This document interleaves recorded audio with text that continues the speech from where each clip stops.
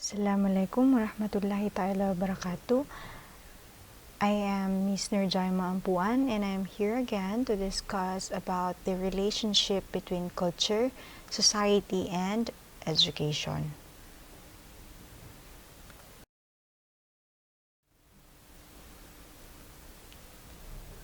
Culture is a system of norms and standards that a society develops over a course of many generations and which profoundly influences the everyday behavior of people in the society. Culture is a people do in simple. It is that complete whole that includes the customs, beliefs, laws, traditions, knowledge, morals, and so on, acquired by man or a member of society. Ottaway Kleberg defines culture as a way of life.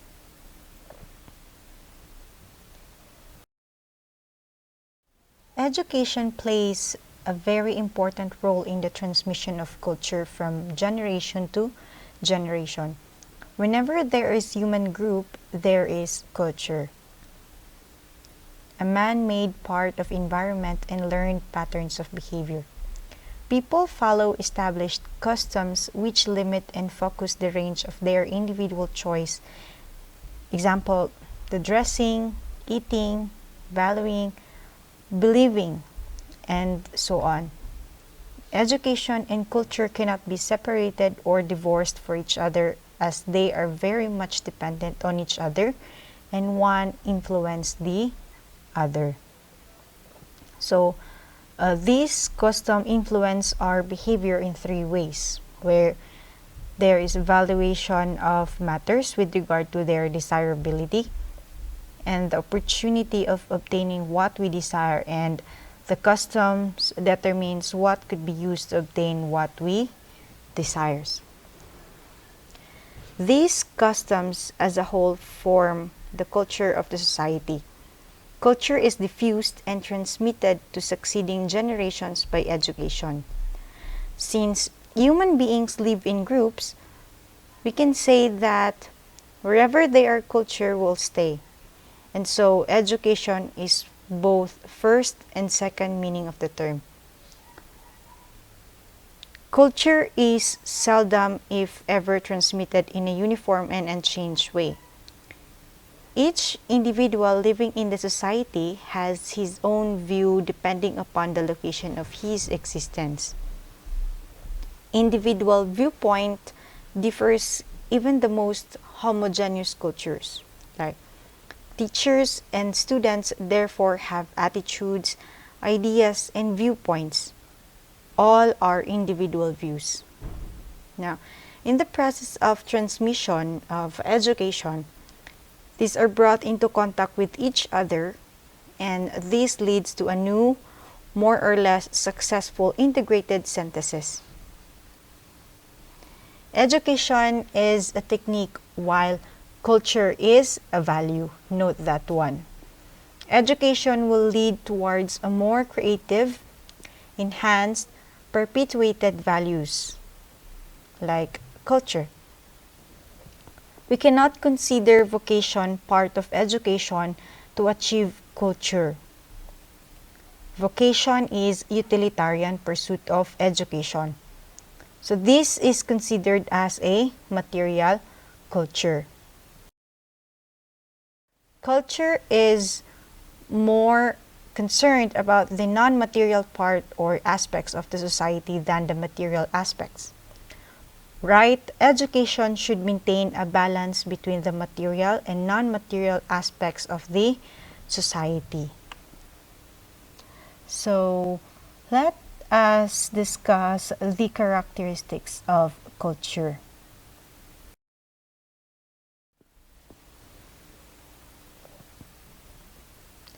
First characteristic is the acquired traits. Culture is sum total of acquired traits.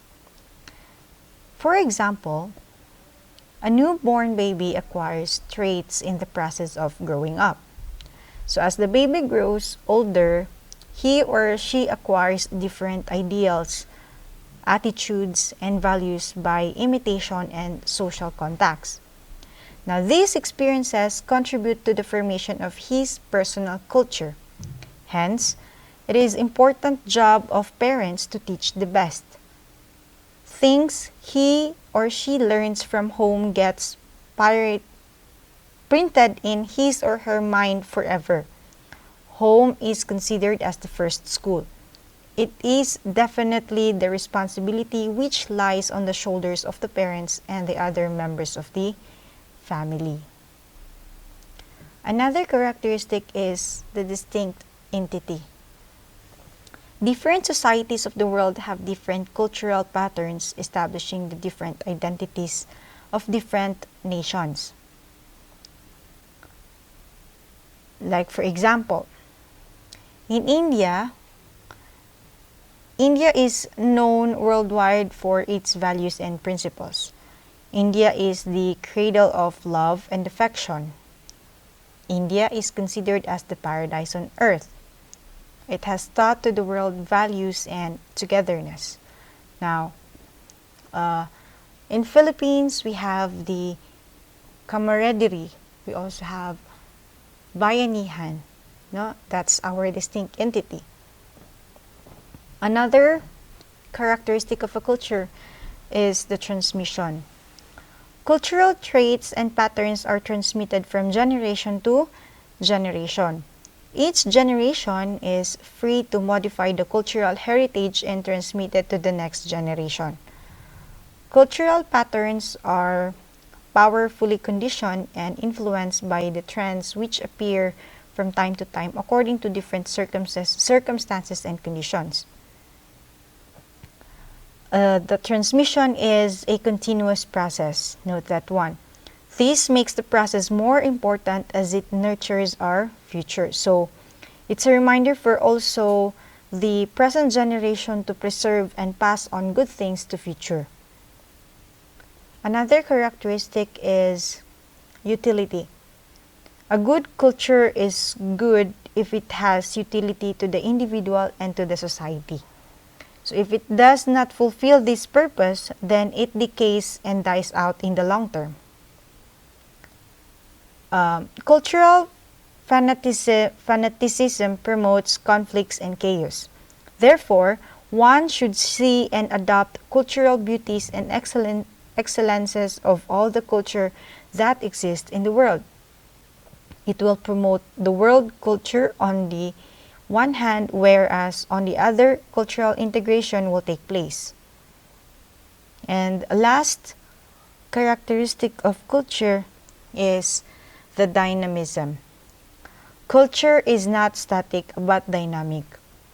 Now, to elaborate this one, we live in an open system, not in an isolated system. An isolated system has no exchange. Diba? Any system with no exchange and change leads to its end. Sabi nga nila, the only constant in this world is change. Culture changes and grows with the change of time. Due to rapid rise in transport and means of communication, one culture adopts another culture and become composite culture. One can notice that our culture has traveled a long way and changed from its previous times in numerous ways. Our thinking patterns, values, beliefs, behavior, ideals, and so on, all has changed. The different cultures of the world are interacting among themselves and synthesis of culture are taking place. We cannot stop the changes happening, but we can work for the betterment, which helps all.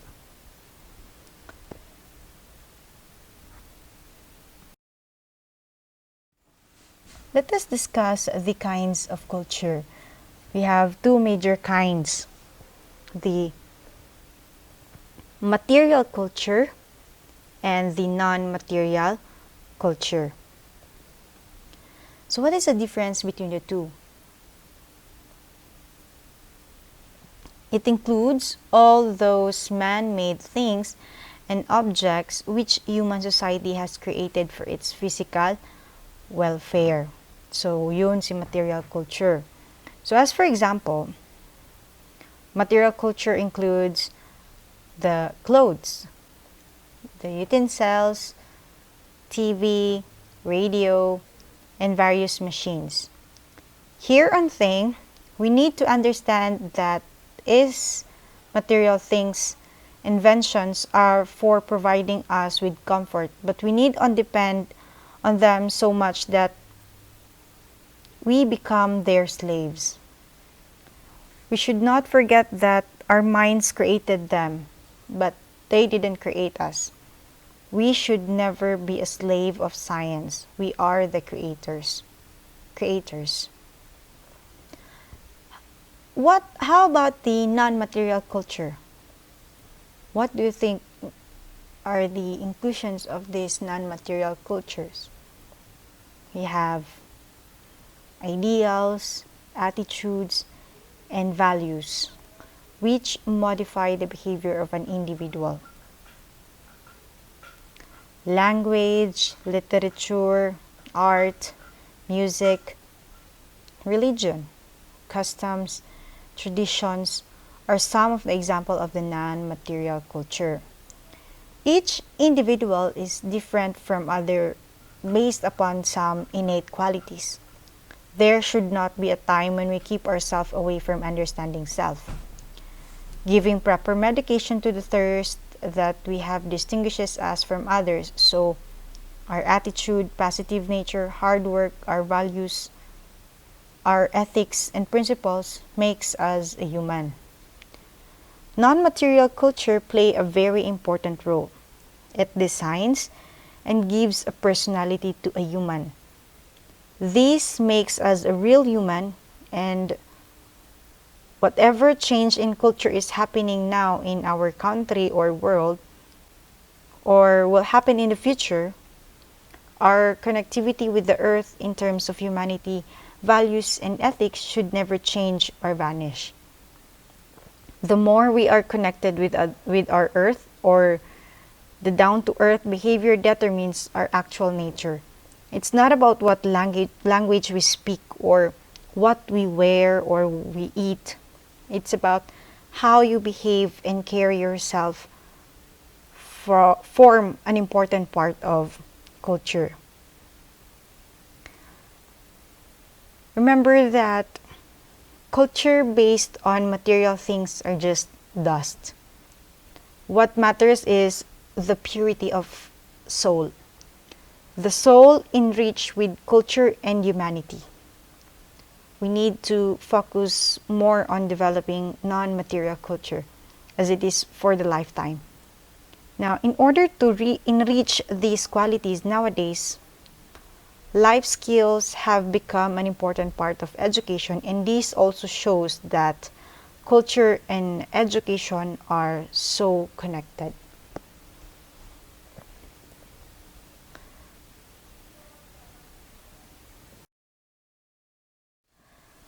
So we as a nation are concerned not only on preservation of society but with its improvement. The school is not an image of society where the virtues and vices of society are reflected. It indeed should serve as a laboratory for testing the traditions, values, and beliefs and attitudes prevailing in a particular society, and taking upon itself the task of making the society a better one. Here, one important thing to understand is that school is not the only place. Education should primarily start from home, as it's the first school of a child. School as a laboratory even brings us to the problems like the prevailing conditions of the society and steps towards removal of the social logs and planning of model society. Now, culture lag is defined as the degree to which certain aspects of culture lag that changes in its other related aspects. In other words, the vast difference between the material and non-material culture is known as social or cultural lag. All the parts of our modern culture are not changing at the same rate, and since there is correlation or interdependence of parts, a rapid change in one part requires readjustment through other changes in the various correlated parts. A culture lag occurs when the different aspects of the society fail to adjust themselves to changes effected in some of its parts. The changes in ideas, beliefs, and value systems, for example, will be slower than the changes in material conditions. In our society, the economic system is changing fast. Industrial economy is replacing the rural economy. A lot of work is being done by machines, or we can say that human labor is being replaced by machines. But the religious and social structures are not keeping pace with the changes in the economic structure. Now, education is the only means to bridge the cultural lag.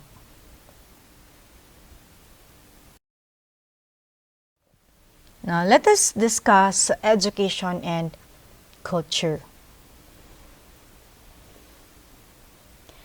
Education as a part of culture has the twin functions of conservation and modification or renewal of the culture.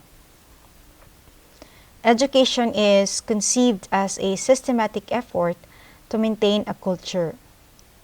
In its technical sense, education is the process by which society, through schools, colleges, universities, and other institutions, deliberately transmit its cultural heritage, its accumulated knowledge, values, and skills from one generation to another. Education is an instrument of cultural change. Education can impart knowledge, training, and skills, as well as inculcate new ideas and attitudes among the young. It is culture in which education germinates and flowers. It is the culture also upon which education exerts, in turn, a nourishing influence. The intimate relationship between culture and education is evident from the fact that one of the major aims of education is to impart to the child cultural heritage and social heritage. Every individual is born into a particular culture which provides him with definite patterns of behavior and values which guide his or her conduct in different walks of life. Thus, culture plays an important role in the life of a person. Thus, culture, or to understand the nature of its importance, it will be easy to understand how education of various elements of culture can help a person. So it can be seen in the following manner, which are the elements of culture. First, we have adaptation to the natural environment. Everywhere, man lives in a definite natural environment to which they adapt themselves.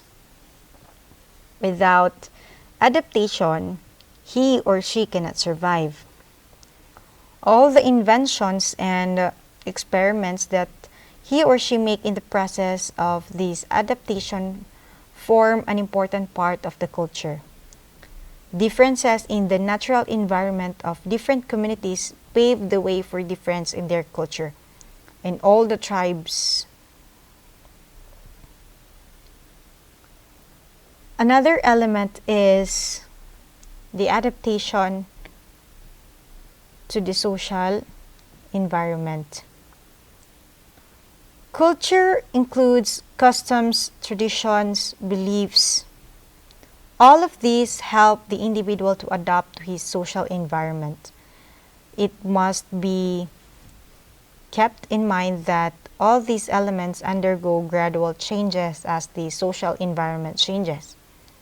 Culture determines the patterns of social control through which the individual is subjected to remain attached to that group. Hence, the advantage in communicating the culture of the group to the child through education is that he or she is thereby acquainted with the traditions, customs, values, and patterns of conduct prevailing in his group. This knowledge enables him to adapt to social environment and thus achieve his socialization. Another element is the development of personality. The personality of the individual is manifested through his pattern of behavior. The behavior is always influenced by the culture of his or her group. Culture influences the physical, mental, moral, social, aesthetic, and emotional aspects of individual. Thus, the behavior of the individual is greatly influenced by the culture. And lastly,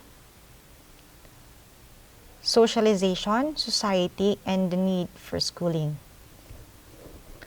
One must mix up with others to learn the habits of the society to which he or she belongs. Now, in other words, to socialize oneself, one must learn the culture of the society, right? So moral learning in school and college must be continuous with moral training outside through field trips, community activities, and the like. Society needs its young generation not to be in ignorance. It wants its learning to be transmitted to the next generation. Thus, society started schools to educate its members. Now, the purpose is of twofold: to transmit the cultural heritage. This means that to perpetuate present progress, we should transmit the cultural heritage. Only physical reproduction is not sufficient. We should equip the new generation with our attainments in all fields of life. Here, we should exploit the innate tendencies, needs, and interests of the children for the purpose of education. Our education should also be in consonance with the mental makeup of the students. Every child is different. Remember that. No two individuals are the same.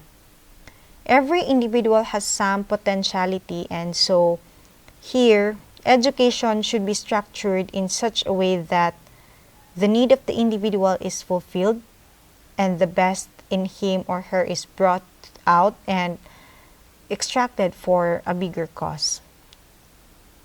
Another purpose is for the improvement of the society.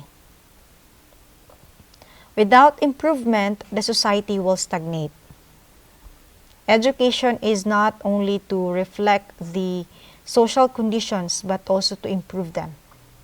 With the advancement of science and technology, our ways of life are also undergoing tremendous change. If we would not cope with the present advancement, there would be culture lag. We must adjust ourselves with the fast-changing world. So, education must adapt itself to the changing conditions. But as always happens, some new things are not very desirable. So we shall have to guard ourselves against the tendency of the schools to import everything new in the society. If old and outdated things are to be discarded, we shall have to be vigilant against blind and slavish imitation of the new developments. It is true that through education that we can prepare students to evaluate the past and understand the present and to be prepared for future. In short, the students should be taught to get inspiration from the inspiring past, to live in the dynamic present, and to face the challenging future. The intention of education should not be to teach him or her bigger things, rather, it should make him or her understand the best lesson called life. He or she should finally help our country or the world, or say, our planet to prosper.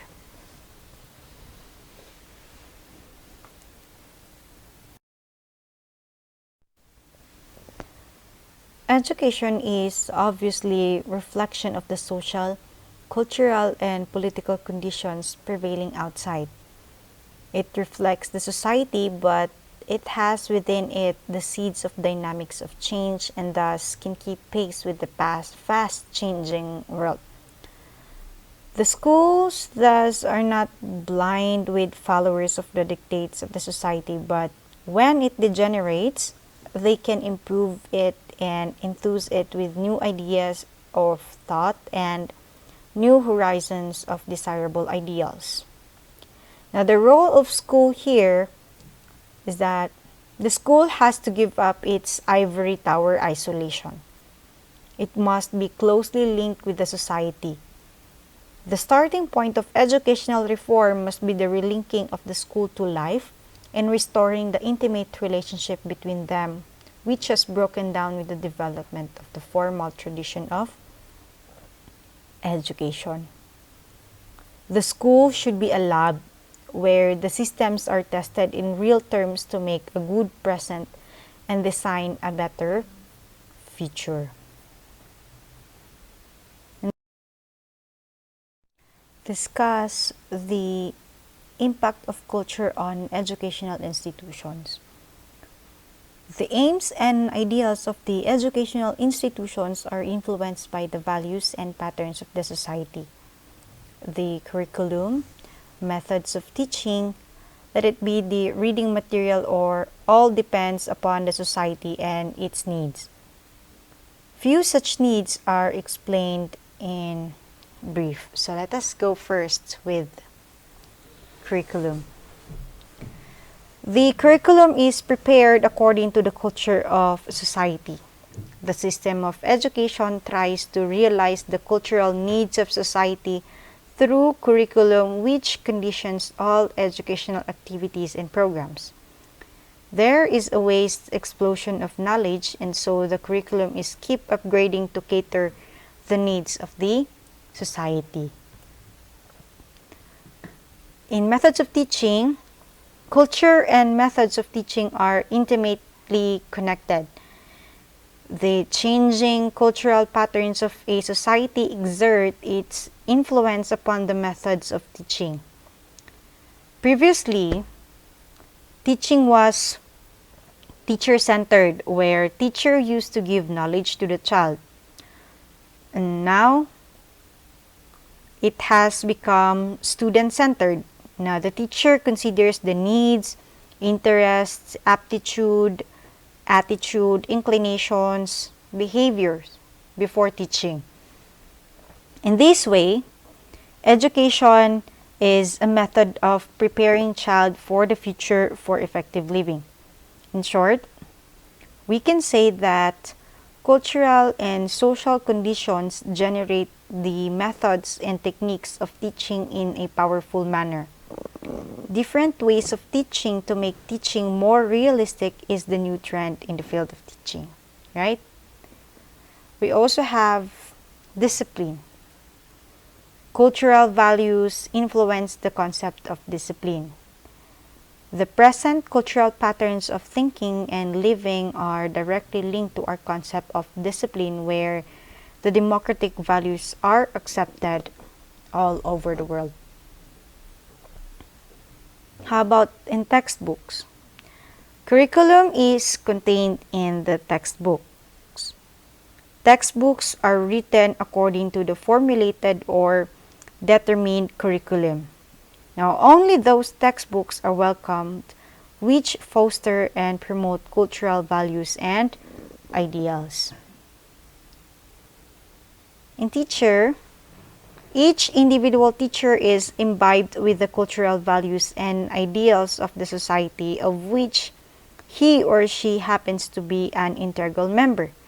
Only such teacher achieves his or her missions successfully. They infuse higher ideals and moral values in the children. And lastly, we have the school. A school is a miniature of a society. The total activities and programs of a school are organized according to the cultural ideals and values of the society which establishes and organizes the school. Hence, the school is the center of promoting, molding, reforming, and developing the cultural pattern of the society. Thus, education and culture are interdependent and complementary to each other. However, the existing system of education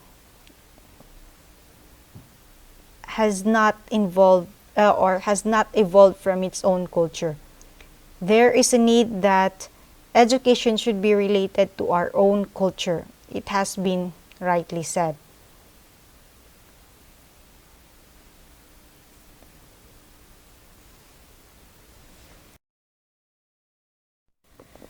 Now, to end my discussion, I will leave you a quote saying, "It's not about how rich you are or how much you are educated.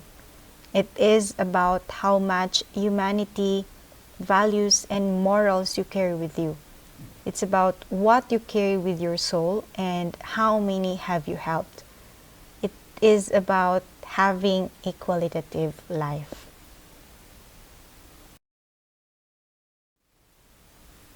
Thank you for your attention. That's all.